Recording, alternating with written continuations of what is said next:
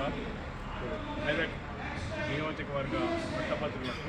విన్నపం ఏంటంటే అన్ని ఎన్నికల్లాగానే మిగతా ఎన్నికల్లో కూడా ఏ విధంగా అయితే ప్రాబల్యం ఉందో ధన ప్రాబల్యం ఉందో ఈ గ్రాడ్యుయేట్ ఎన్నికల్లో కూడా ధన ప్రాబల్యం అనేది చొచ్చుకుపోతుంది. దానికి వ్యతిరేకంగా ధన ప్రాబల్యాన్ని తగ్గించే విధంగా ధనం యొక్క ప్రభావాన్ని తగ్గించే విధంగా గ్రాడ్యుయేట్స్ అనే వాళ్ళు తెలంగాణ ఉద్యమం కంటే ముందు 2 లక్షల ఉద్యోగాలు వస్తాయని చెప్పేసి 10 సంవత్సరాలు ఉద్యమంలో పాల్గొన్నారు.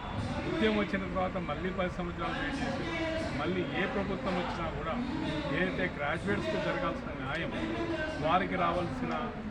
ఏదైతే న్యాయం, ఉద్యోగాల విషయంలో జరగాల్సిన న్యాయం కానీ ఇతరత్రా కానీ ఏదైతే నిరుద్యోగులకైతే ఏదైతే రెమ్యునరేషన్ ఇస్తామన్నా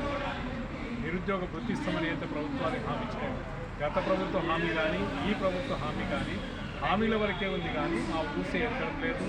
సరిగ్గా యువత తరఫున ఉండి పోరాడే ఏ విధంగా అయితే తన కానిస్టేబుల్ ఉద్యోగాన్ని కూడా రాజీనామా చేసి